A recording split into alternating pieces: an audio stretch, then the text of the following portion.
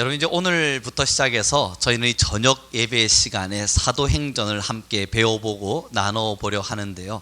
이 설교자인 제 마음속에는 여러 갈등이 있었습니다. 이 사도행전을 준비하면서 어떤 갈등이었냐면, 이 저녁 예배의 사도행전을 나누는 이 시간은 설교의 시간인가, 아니면 이것은 학교에서 우리가 배우는 것 같은 강의의 시간인가. 이 강의와 설교, 때로는 어쩌면 우리에게 배움과 은혜라고 하는 여러 갈등 속에서 하나님께서 지금 우리 성민교회에게는 어떤 것을 원하시고 무엇을 바라실까, 정말 많은 갈등 속에 지금의 이 사도행전들을 준비해 가고 있고요. 이 갈등이 얼마나 심했냐면, 어제 저녁에 저희 아내는 저를 건들지 못했습니다. 왜냐하면 뭐라 말 걸면 뭔가 저에게 있어서 불편함이 느껴질까 봐 제가 너무 조용히 가만히 하늘만 바라보고 있으니 저희 아내가 걱정이 됐는지 저한테 말하는 겁니다. 뭐 하는 거예요? 아예 내일을 준비하는 겁니다. 그런데 왜 이렇게 분위기가 저기압이에요? 왜 그렇냐면 여러분, 이 사도행전을 준비해 감에 있어서 여전히 갈등 중이었기 때문이에요. 설교인가 강의인가, 아니면 이 자리에서 은혜인가 배움인가, 이 여러 갈등 속에서 하나님께서 지금 우리에게 무엇을 주고자 하시는가 하는 생각들이 들어왔고, 어제 저녁쯤이 되어서요, 이제 솔직한 마음으로 우리 함께 나눠 가도록 하죠. 저는 하나님 앞에 기도를 했습니다. 제가 지금까지 가지고 있었던 정보와 지식을 가지고 나누기 시작하면 한 가지, 여러분들은 좋은 정보들을 배우게 될 겁니다. 그리고 그 마음이 어디서부터 솟구쳐 올라왔는가를 열심히 되짚어 보니, 여러분, 우리는 이 정도의 정보와 지식을 가질 수 있는 사람이 되었습니다 라고 말하고, 때로는 이 정보를 저는 알고 있었습니다 라고 들추어내고자 하는 제 안에 있는 교만을 보았습니다. 그 얼마나 추악한 교만인지 어제 저녁에 시간이 되어서, 나 여전히 교만의 끝자락에 서 있었구나. 아닌 듯이 있었으나 어쩌면 이 교만의 끝자락에서 결국은 또 나는 내가 가진 지식을 드러내고자 하는 무언가의 어이없는 행위를 하고 있었구나 하는 회개를 드리고 있었습니다. 그리고 오늘 새벽 결론을 지었습니다. 여러분, 상당히 강의적일 겁니다. 그러나 제가 제 스스로 교만하다 느껴지거나 이 이야기를 내뱉음에 있어서 여러분 이거 모르셨죠? 라는 분위기로 제가 뭔가를 설교를 하려 한다면 저의 입을 다물 것이요 모든 페이지를 지워갈 것입니다. 그러니 여러분들도 함께 은혜가 나누어지는 분위기를 따라 하나님의 영적인 건의와 하나님의 이끄심을 따라 함께 걸어갈 수 있는 이 사도행전의 시간이 되었으면 좋겠습니다. 은혜로울 테고 배움의 시간이 될 겁니다.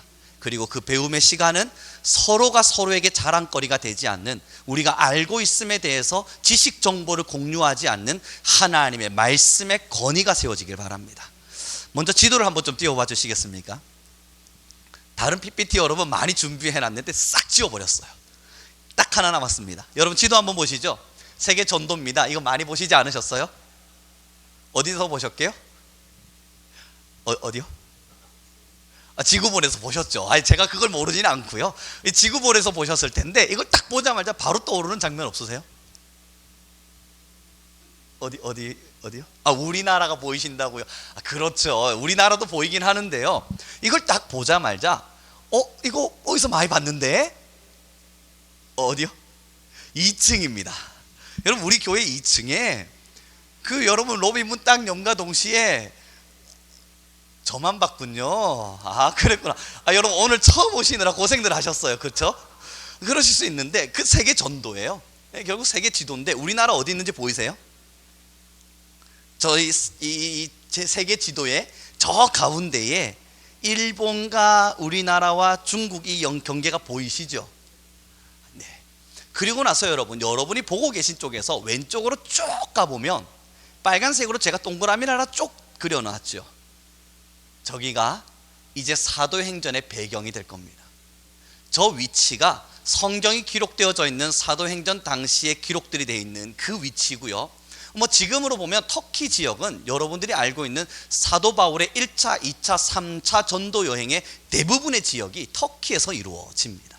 그래서 터키 여행 가시면 구경할 거리가 많습니다. 우리 기독교인들에게 있어서 말이죠.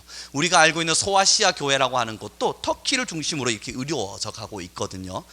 그건 거두절미하고요. 저쪽, 그래서 지중해 연안이라고 합니다. 지중해 연안이라고 하는 저 빨간 테두리가 있는 저기가 이제 우리가 함께 볼 사도행전의 배경이 될 테고, 앞으로 지도가 필요하다면 저 바다 모양 보이세요? 가운데에 빨갛게 동그라미 쳐져 있는 가운데 바다가 보이실 건데, 앞으로는 이렇게 세계 전도를 보여드리지 않고 저기만 보여드릴 거예요.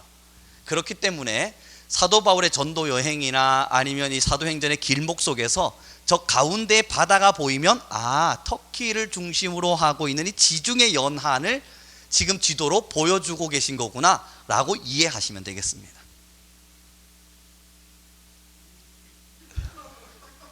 우리 은혜롭게 갈까요? 자, 하여튼 여러분 그렇습니다. 그러니까 저런 형태를 유지해 주셨으면 좋겠어요. 자, 그럼 이제 사도행전 1장 1절과 2절을 함께 읽어보도록 하죠. 1장 1절 2절입니다. 함께 읽겠습니다. 시작.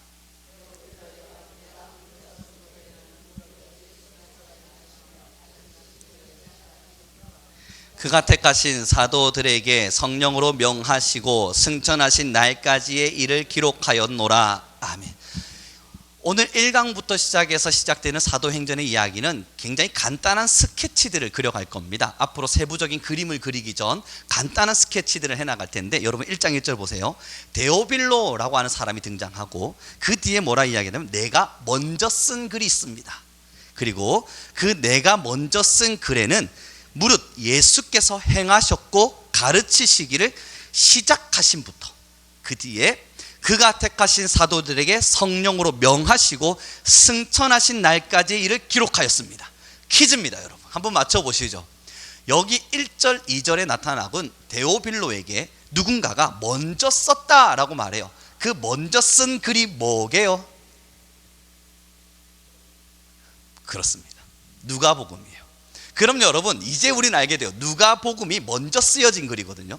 이 누가복음이 예수님의 그 이야기와 가르치심, 생애와 그리고 승천까지의 모습을 담고 있고, 그 뒤를 연결해서 이 사도행전이 기록된 겁니다. 이 데오빌로라고 하는 사람에게 써준 이야기예요. 예수님의 이야기로부터 시작해서 지금 이 사도들의 역사의 흐름까지 누가복음을 쓴 그분이 누가복음을 써서 데오빌로에게 전달해 주었고, 두 번째 사도행전을 써서 데오빌로에게 준 겁니다.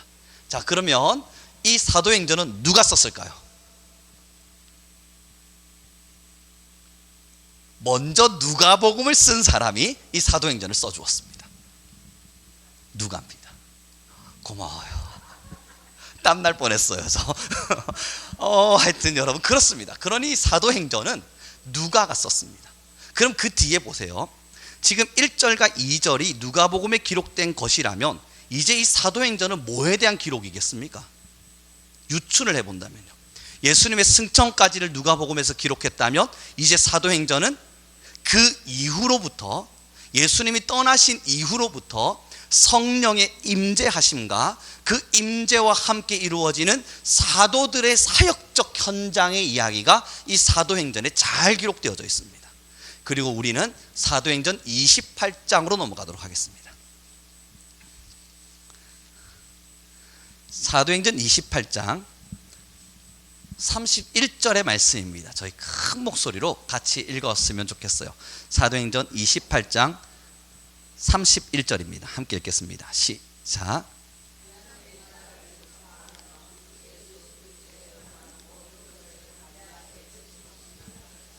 아멘. 30절과 31절을 제가 읽어드리면요, 바울이 온 이태를 자기 셋집에 머물면서 자기에게 오는 사람을 다 영접하고, 31절 하나님의 나라를 전파하며 주 예수 그리스도에 관한 모든 것을 담대하게 거침없이 가르치더라.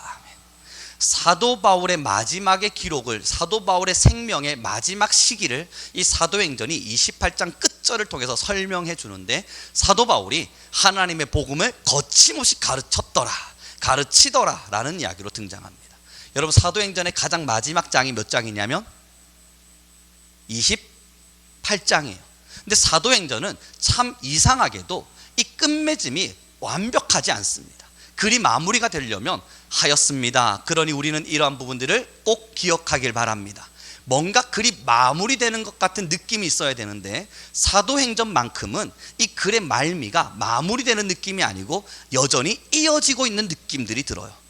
그래서 여러분들이 옛날 한 10여 년 전 교회들을 열심히 다니신 분들은 혹시 포스터나 이런 곳에 ACTS 29라고 써있는 거 혹시 보신 적 있으십니까?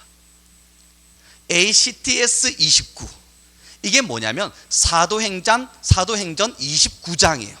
다시 말씀드려보죠. 사도행전의 마지막은 몇 장이라고요?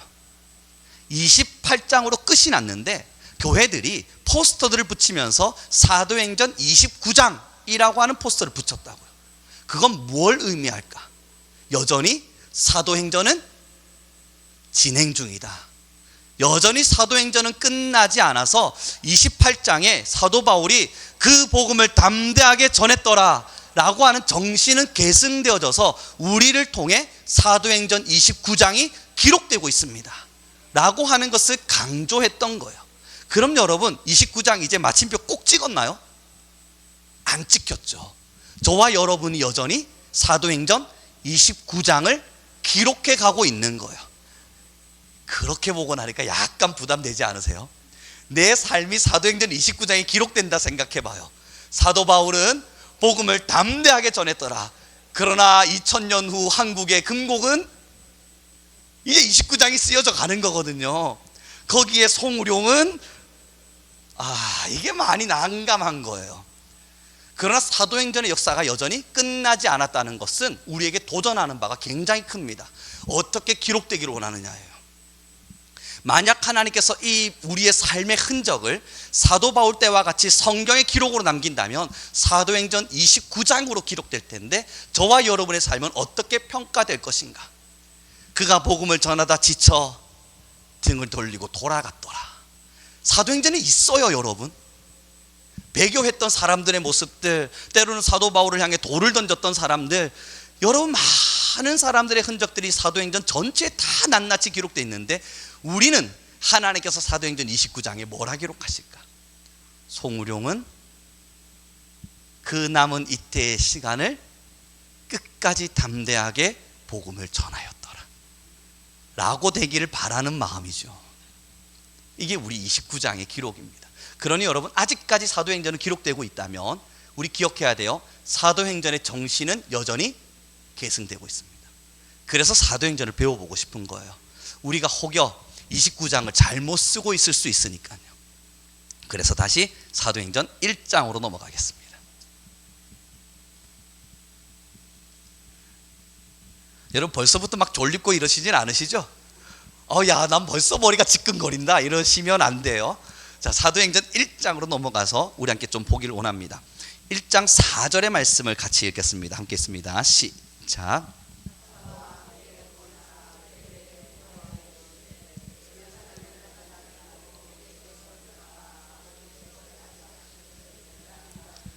오 절 제가 읽어드립니다. 우리 잘 아는 말씀이에요. 요한은 물로 세례를 베풀었으나 너희는 몇 날이 못되어 성령으로 세례를 받으리라.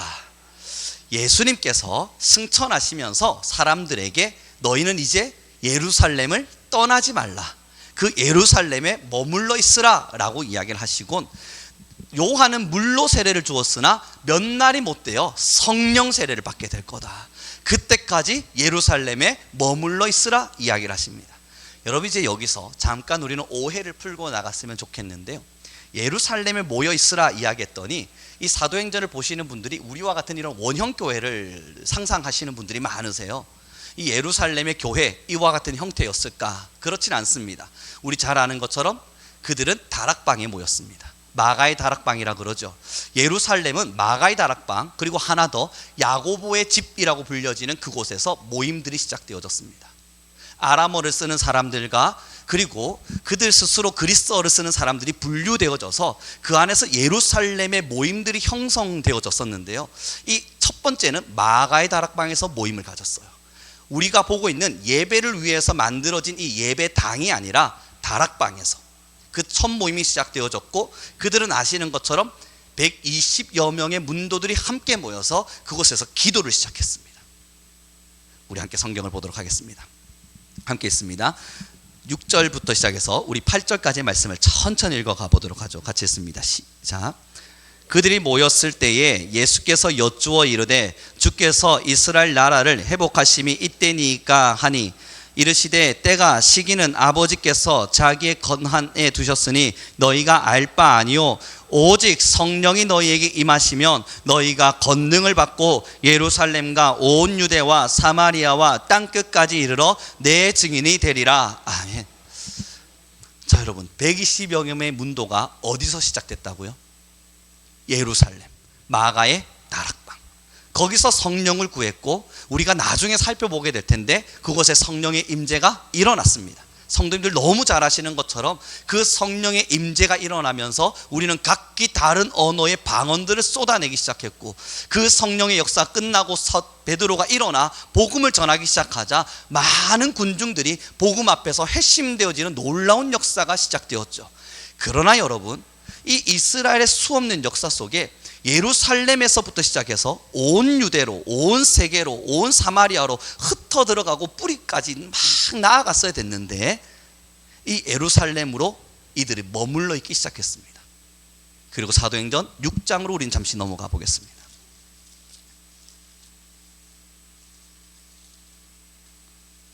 사도행전 6장입니다. 1절의 말씀 함께 읽겠습니다. 시작.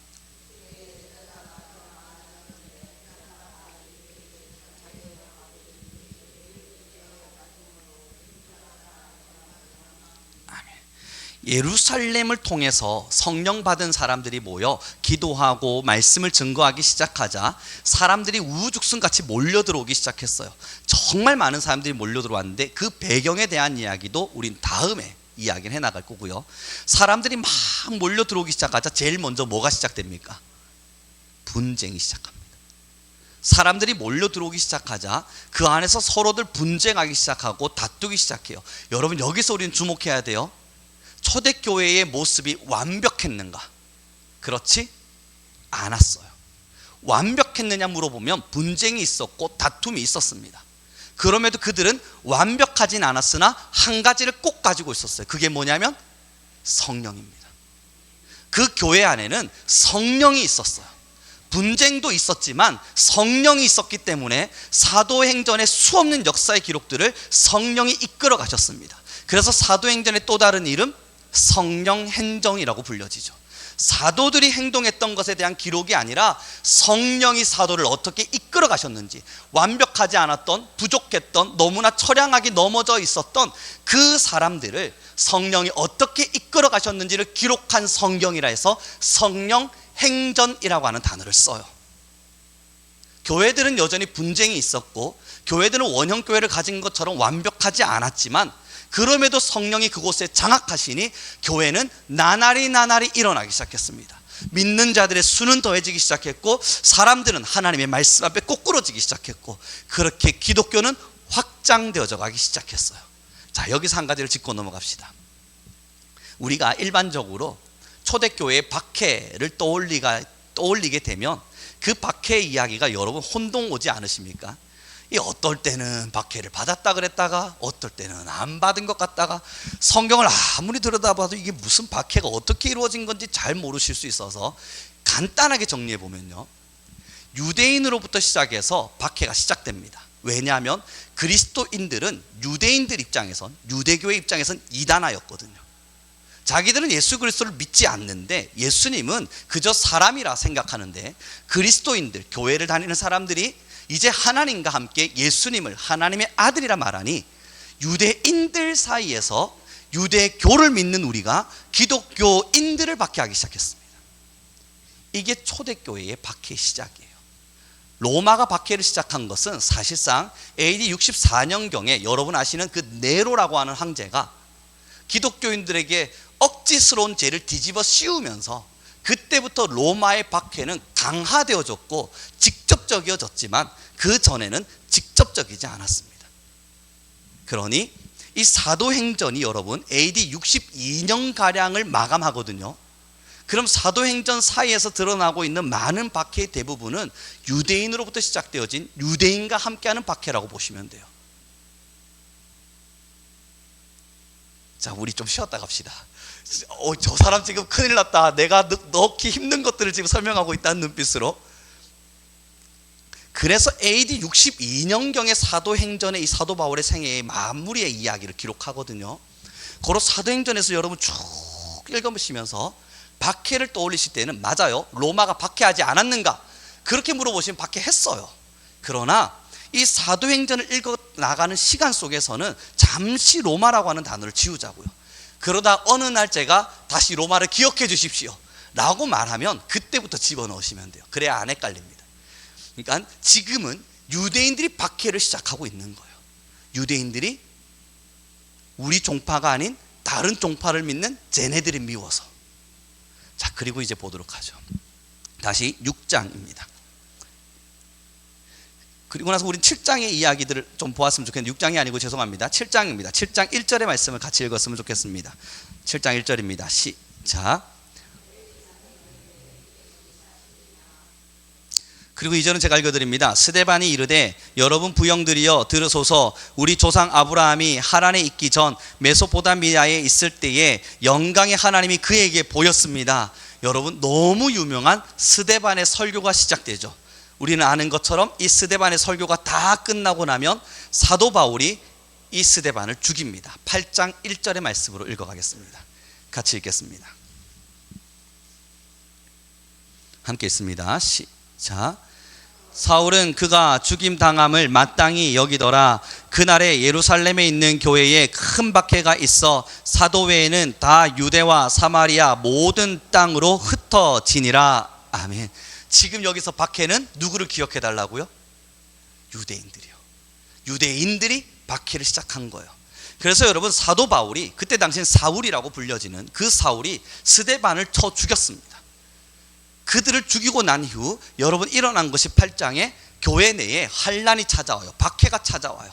아까 전에 말씀드렸습니다. 교회가 예루살렘에 모여 있었어요. 예루살렘에 모여서 성령의 이끄심이 있었을 때 예루살렘에서 서로 함께 사랑하며 통용하고 예루살렘에 함께 머물러 있었는데 사도행전 8장 뭐가 찾아왔다고요? 박해가 찾아오면서 여러분 어떤 일이 일어난지 보십시오. 2절에 제가 다시 읽어볼게요. 그날에 예루살렘에 있는 교회에 큰 박해가 있었으니 사도 외에는 다 유대와 사마리아와 모든 땅으로 흩어지니라. 우리는 사도행전 1장으로 넘어가겠습니다. 1장 8절의 말씀입니다. 같이 읽겠습니다. 시작.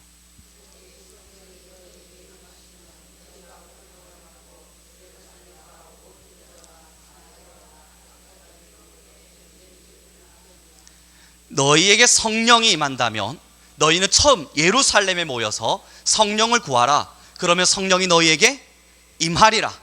그렇게 된다면 너희는 권능을 받게 될 것이니 예루살렘으로부터 시작해서 온 유대와 사마리아와 땅끝까지 이르러 내 증인이 될 것이다 라고 말씀하셨고, 그럼에도 불구하고 예루살렘에 머물러 있었던 이스라엘, 그 옥지 그리스도인 이들에게 박해가 찾아오기 시작하면서 사도행전 8장에 이들에게 그 박해로 인해 흩어지기 시작합니다.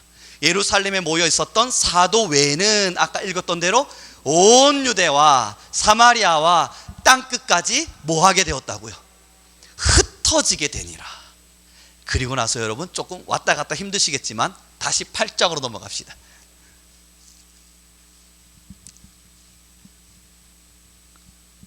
(8장 4절을) 제가 읽어드립니다. 함께 읽겠습니다. 제가 읽어드릴게요. 있습니다. 시작.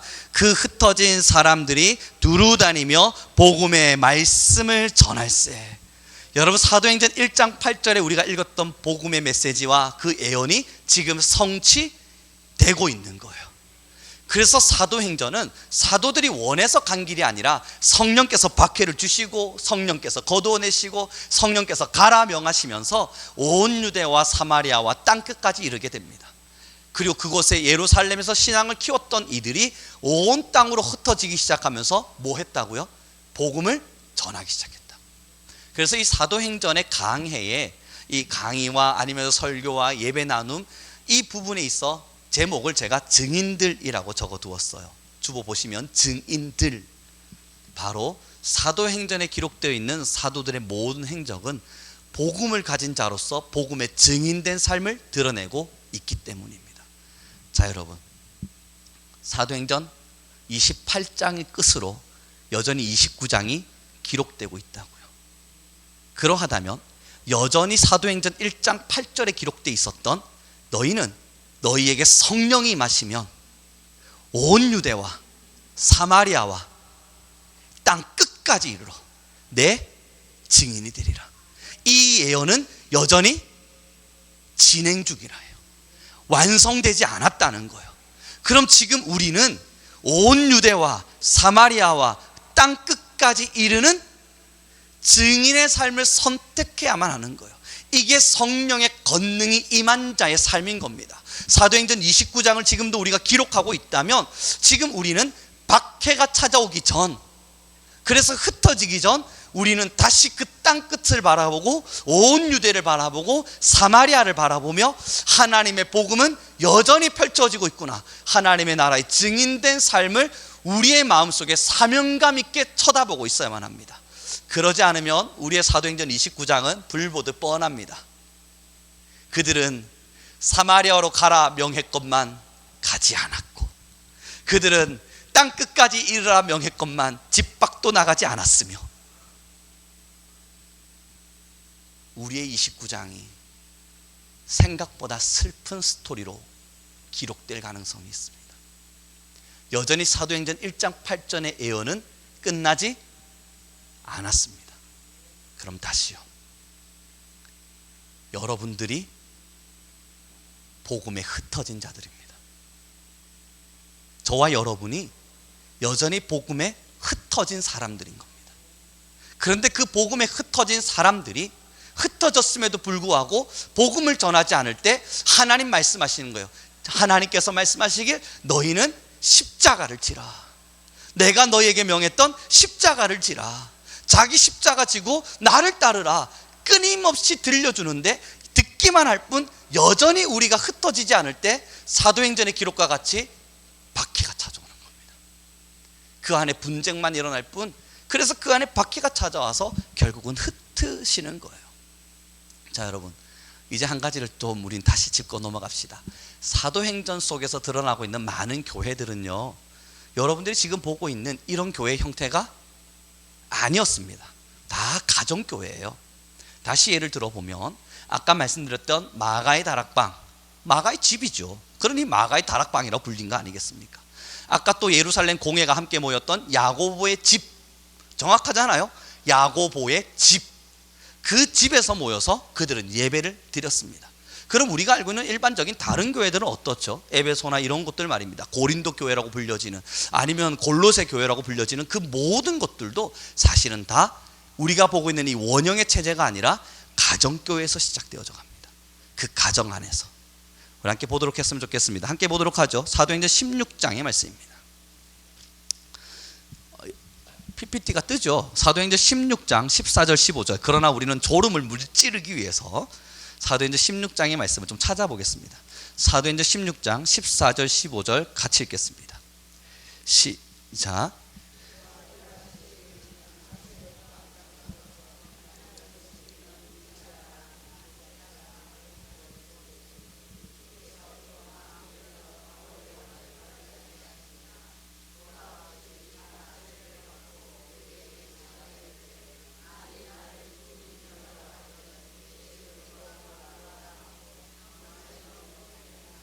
아멘. 루디아라고 하는 여인이 변화를 받게 되는데요, 그가 그의 집을 내어주면서 거기서부터 예배가 시작됩니다. 그곳이 바로 빌립보 교회의 모체입니다.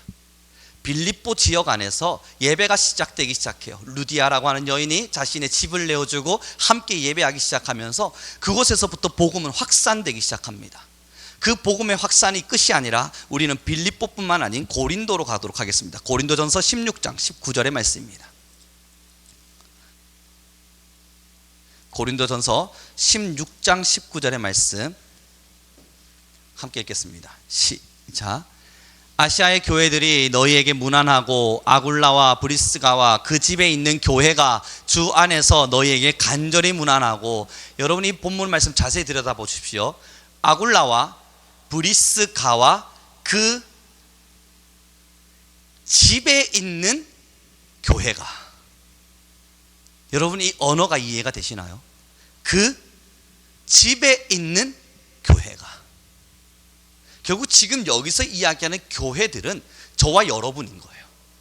그리고 그 집에 있는이라고 말하는 것은 그 교회들이 함께 예배하게 모여있는 그 집을 이야기하는 겁니다. 그 집에 있는 교회들이 주 안에서 너희에게 간절하게 문안한다. 이 고린도 교회가 바로 이 아굴라와 브리스가로 통해서 고린도 교회의 예배가 시작됩니다. 그들의 집을 내어줌을 통해서 그 집 안에서부터 믿는 자들이 들어와 복음을 듣기 시작했고, 그 복음의 거점이 바로 그들의 집이 되었고, 그 집에서 교회들이 만들어지기 시작합니다. 믿는 자들 말이에요. 그렇게 여러분, 전 세계 터키 지역뿐만 아니라 소아시아 밑으로 쭉 많은 지중해 연안을 복음의 확산으로 이끌어내기 시작해요. 어디서부터 시작됐다고요? 집에서부터, 가정에서부터, 내 집을 하나님께 내어 줌으로부터 그곳이 복음의 거점이 되어 그 지역을 바꾸기 시작합니다. 그 지역을 변화시켰고, 그 지역 안에 증인들로 스물스물 들어가 그 모든 지역을 복음화로 확산시켜 나아가죠. 사랑하는 성도 여러분, 저는 여러분들과 함께 좀 나누고 싶어요. 질문입니다. 집 없으신 분? 나는 지금 홈리스입니다. 나는 집을 잃어버렸어요. 우리에겐 집이 있어요. 다시 말해보면 사도행전 당시에 복음의 거점이 되었던, 복음의 중심이 되었던 그 현장을 저와 여러분이 가지고 있다는 거예요. 그들의 집에서부터 복음이 확산되기 시작하면서 온 지역을 변화시키기 시작했다고요. 그렇다면 하나님께서 우리에게 집을 주셨네요. 할렐루야. 그럼 뭐가 없을까 생각해 봐야 될 거 아니에요. 아니, 이 사람들은 집이 있었네. 그 집을 내어주었고 복음의 중심이 되어서 거점이 되어서 지역을 변화시켰고 나라를 변화시켰네. 그럼 우리에게 없는 건 뭐지? 둘 개 중 하나 아니겠어요? 성령이 없거나, 너무한가요? 성령이 없다고 그러고 하니까 너무 강한가요? 그렇습니다 여러분. 성령이 없거나 증인되기를 싫어하거나, 두 개 중에 하나예요. 사도행전은 역시나 성령 안에 거한 믿음의 사람들이 그들의 집에서부터 어떻게 복음을 전해서 전 세계를 변화시켰는지를 기록하고 있습니다. 지금 사도행전 29장을 우리가 기록하고 있다면 우리도 물어야 돼요. 성령에 취한 우리가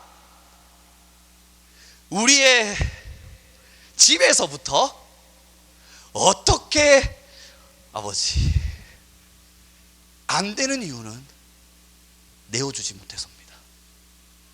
집을 먼저 내어주셔야 돼요. 정말로 우리 안에 복음의 역사가 일어나기를 원하시면 여러분의 가정부터 내어주셔야 돼요. 이곳에서 거룩하고, 이 본당에서 예배하고, 이곳에서 찬양하고, 이곳에서 울고, 이곳에서 말씀 나누고, 이곳에서 신앙하면 여러분 성령의 역사가 있는 듯이 느껴질지 몰라도 모두가 다 속고 계신 거예요. 집으로 돌아갔는데 그곳이 복음의 거점이 되어 있지 않아요. 그곳에서 말씀의 나눔이 없고, 가족과 가족 사이에 하나님의 은혜가 없고, 주변 친구들을 초청해다가 너의 말을 들어보렴, 하나님께서는 우리 가정에 주신 복음 말이야. 그 가정 안에서의 복음의 사역의 일함이 없다면 결국 우리는 두 가지 중 하나라니까요. 성령이 없거나 증인되기를 싫어하거나. 여러분의 사도행전 29장은 어떻습니까? 그래서 여러분, 지금의 이 시점이 사도행전이 너무 중요한데요, 잘 들어주십시오. 성경은 일반적으로 샌드위치 용법이라고 하는데, 평범하게 이야기한다면요, 그렇게 기록하기를 좋아합니다. 어떤 거냐면, 샌드위치 여러분 만드실 때 처음에 빵 깔고, 그 다음에 양상치 얹고, 그 위에 케찹 한번 쫙 뿌리고, 배고프시죠? 그 위에 가장 맛있는 고기 얹고, 햄 좋아하시는군요. 저는 고기를 좋아합니다.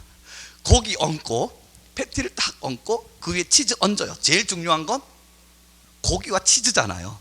제일 두툼하고 맛있는 걸로 딱 얹고, 그 다음 다시 소스 뿌리고, 그 다음 양상치 얹고, 그 다음 빵을 얹는 거예요. 이게 샌드위치 용법이라고 하여튼 이야기 하는데요, 여러분 빵을 먼저 깔고, 그 다음 양상치 얹고, 그 다음 소스 뿌리고, 제일 중요한 거는 두 장 놔주지 않아요.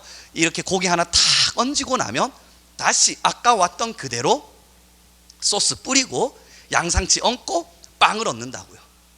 무슨 이야기냐고요? 사도행전의 시작이 성령의 임재로 예루살렘의 가정 안에서 시작했고, 그렇게 박해가 될 동안은 이 가정 안에서 숨어 예배하다가 300여 년의 시간 동안 때로는 카타콤이라고 하는 곳으로 들어가 2세기의 시간을 지내보내고, 그리고 콘스탄틴 대제로 인해서 기독교가 공인화되어지면서 교회는 공영화, 이렇게 원형화되어져 가기 시작하고, 형태를 가졌던 교회들은 중세를 지나 근대와 현대로 넘어오면서까지 점점 발전해 가다가, 여러분 요즘 어떤 느낌을 가지세요? 교회 건물의 붕괴. 전 유럽을 덮었던 중세시대 원형 교회들은 처참하게 붕괴됐습니다. 그리고 그 시대의 뒤를 이었던 한국 교회는 이제 이 교회 원형, 지금의 이 모습이라고 이야기할 수 있는 교회가 곧 붕괴될 위기에 처해 있다고 말하고 있다고요. 이건 여러분 성경에서 이미 예견하고 있는 거예요. 성경은 늘상 그런 식으로 설명해 왔었으니까. 다시요, 가정교회를 시작했던 교회들이 수없는 박해를 경험하고 그 박해가 끝난 이후에 만들어진 이 원형 건물들이 있다고요. 그러나 이 원형 건물들이 이제 점점 무너져 가기 시작한다면 그 다음은 뭐겠습니까? 그리스도를 믿는 믿음 안에서의 박해와 가정교회의 회복이에요. 결국 가정이 다시 살아나기 시작할 겁니다. 그때 여러분 어떤 타이밍을 잡으시겠어요?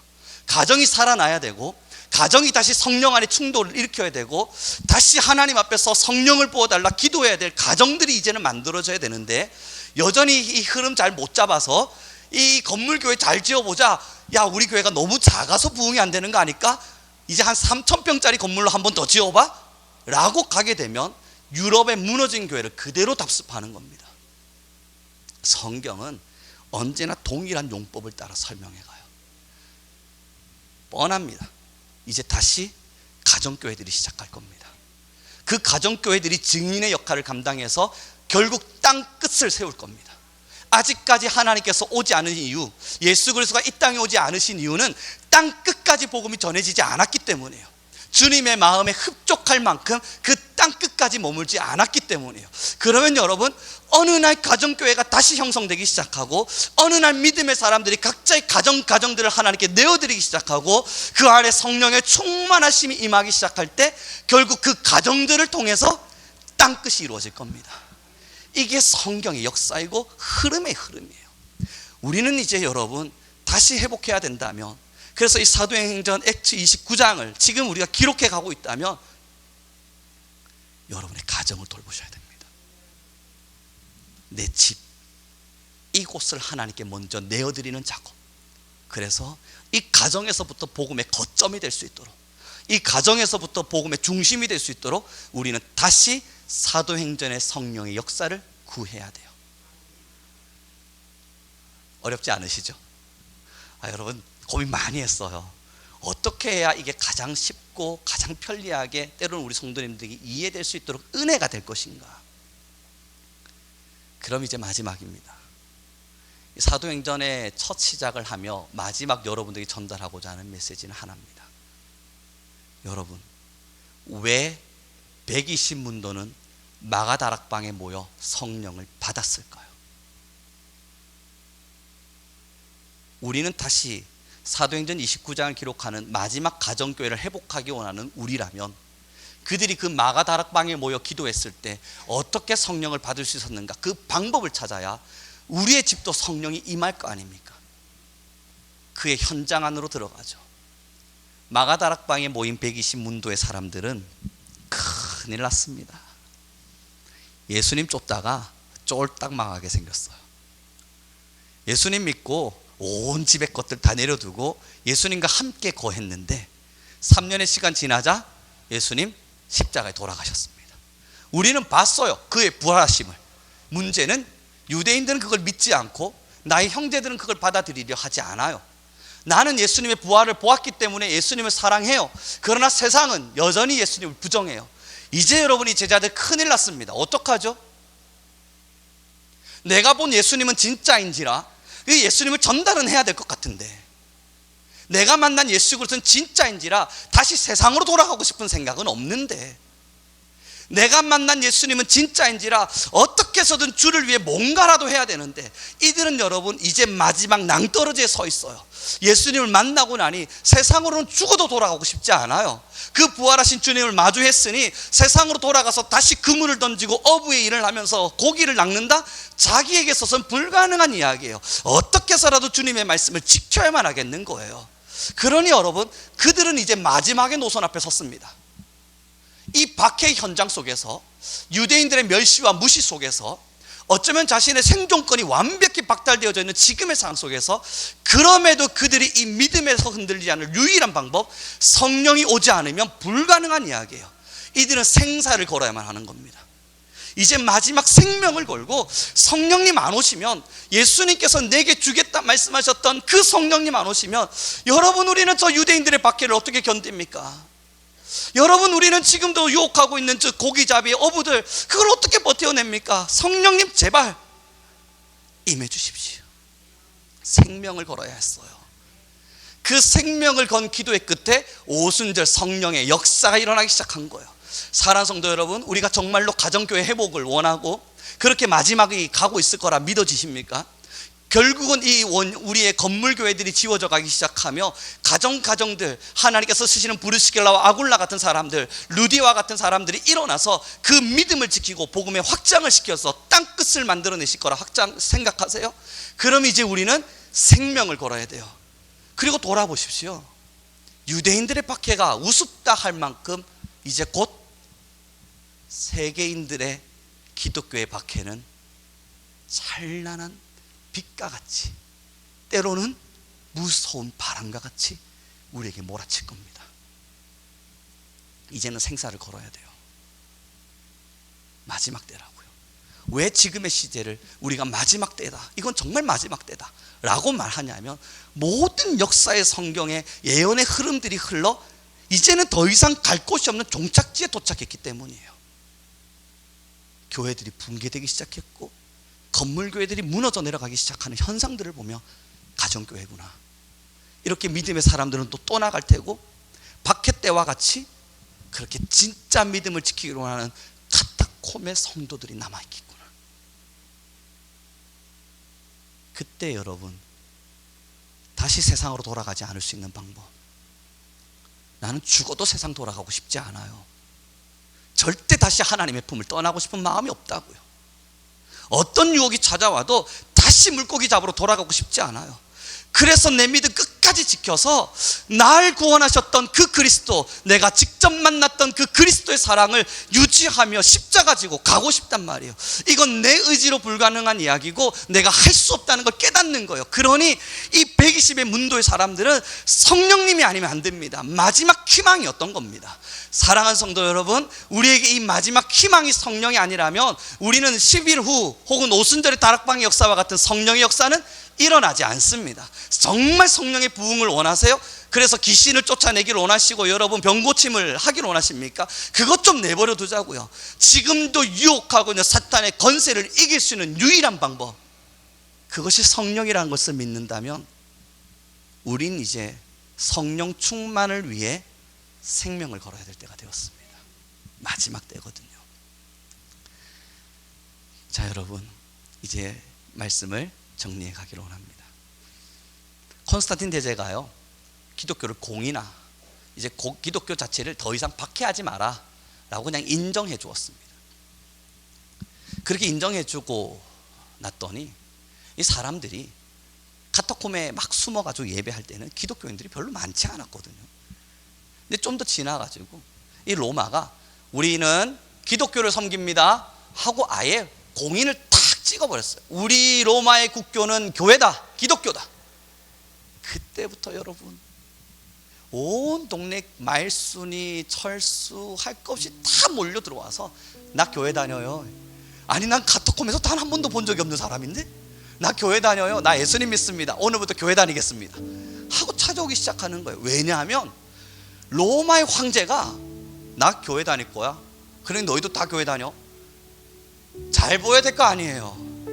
그러니 권력 계층들, 귀족들이 교회를 찾아가서 나 이제 교회 다닐 겁니다 말하기 시작했고, 그렇게 말하다 보니 A라는 귀족이 찾아가서 교회 다닌다 그러니 야, 출세길이 열렸네. 나도 교회 가야지. 그리고 온 가족 대동해서 B라고 하는 귀족이 다시 교회를 찾아와요. 그랬더니 여러분, 카타콤에 숨어있던 많은 그리스도인들 숨어있을 이유가 이제는 없잖아요. 다 올라왔습니다. 기독교인들의 수는 기하급수적으로 늘어났습니다. 자, 여러분, 샌드위치라고요, 이게 역순한다면 기하급수적으로 늘어나 있던 기독교인들의 수는 기독교가 인정됨으로써, 기독교가 때로는 권력을 가짐으로써, 세력을 가짐으로써 늘어나야만 했던 기독교인들의 수는, 이게 역순한다면, 이게 역행한다면 다시 줄어들기 시작하겠죠. 뭐에 의해서요? 박해에 의해서. 박해에 의해서 점점 줄어들다가 한 명 다 떠나가고, 이제 이것이 다시 역행한다면 기독교를 공인했던 로마가, 세상이 이제는 기독교를 박해하라 공인하겠죠. 그리고 우리는 다시 이 믿음을 지키기 위해 카타콤으로 들어가야겠죠. 그때 이 카타콤으로 들어갈 용기가 있는 사람은 성령이 아니고선 불가능합니다. 그래서 생명을 거는 거예요. 나의 부활의 주여, 나의 영광의 주여. 기독교의 찬란했던 역사가 다 끝나고 다시 카타콤의 시작의 역사가 이루어질 때, 내가 주님을 부정하지 않게 하십시오. 내가 믿음을 배신하지 않게 하십시오. 그를 위하여 하나님, 마가다락방의 역사와 같이 나는 생명을 걸고 주님께 기도하리니 우리의 가정 안에, 나의 심령의 성전 안에 성령을 부어주십시오. 여러분, 이 역사가 다시 시작돼야 사도행전이 아름답게 마무리되어져 가는 겁니다. 원합니다. 저와 여러분의 가정을 통해, 저와 여러분의 믿음을 통해 결국 그 땅 끝이 이루어지길 바랍니다. 하나님의 그 마지막은 반드시 우리를 통해 이루어지실 겁니다. 우리 함께 찬양하며 나아갔으면 좋겠습니다. 우리 함께 찬양해 나아가죠. 오늘 함께 찬양했던 찬양인데요, 우리 함께 기도해 라는 찬양입니다. 여러분, 이제 이 찬양의 가사 생각해 주세요. 대충 기도하면 성령은 평생 기도해도 안 옵니다. 예전에 저희 올로 목사님이 이야기 하시더라고요. 하나님의 은혜 한번 받자고 밤이 새도록 허리가 끊어지라고 기도했다고. 허리가 뒤틀리다 못해서 너무 고통스러운 시간 끝에 기도 자리에 하나님의 임재를 경험한다고요. 지금 우린 그 기도가 필요한 시간입니다. 우리 함께 찬양하겠습니다.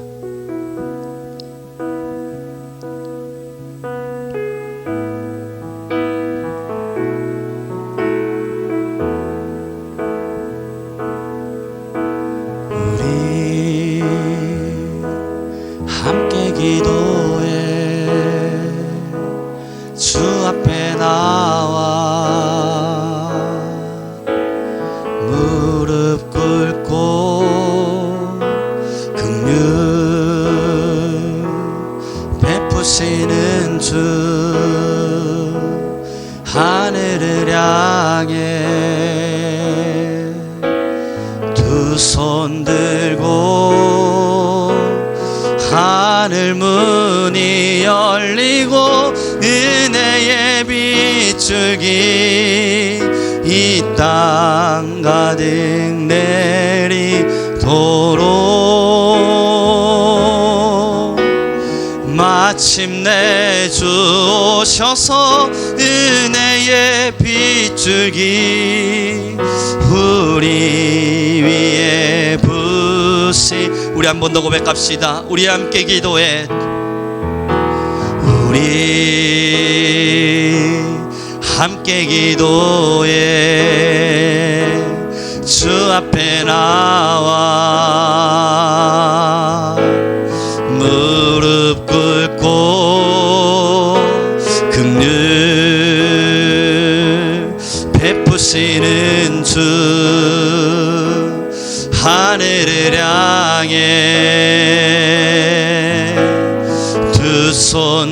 열고 하늘 문이 열리고 은혜의 비추기 이 땅 가득 내리도록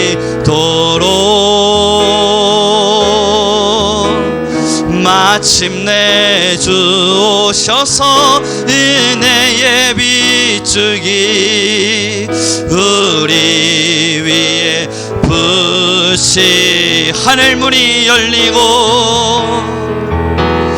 하늘 문이 열리고 은혜의 비추기 이 땅 가득 내리도록 마침내 주님이 오셔서 마침내 주 오셔서 은혜의 비추기 우리 위에 부시 지금 이 시간 우리 함께 간절한 마음으로 기도하며 나아가기를 원합니다. 우리 함께 기도할 때 하나님 이 땅 내 땅 위에 나의 심령의 땅 위에 은혜의 담비를 부어주소서. 세상으로 돌아갈 용기 없습니다. 우리는 세상으로 돌아가지 아니할 것입니다. 나의 구원자 나의 하나님을 사랑할 것입니다. 성령이여 우리 안에 임하여 주셔서 우리의 땅에 은혜의 담비를 부어주옵소서. 우리 주여 한번 부르시고 간절히 기도하며 나아갑니다. 주님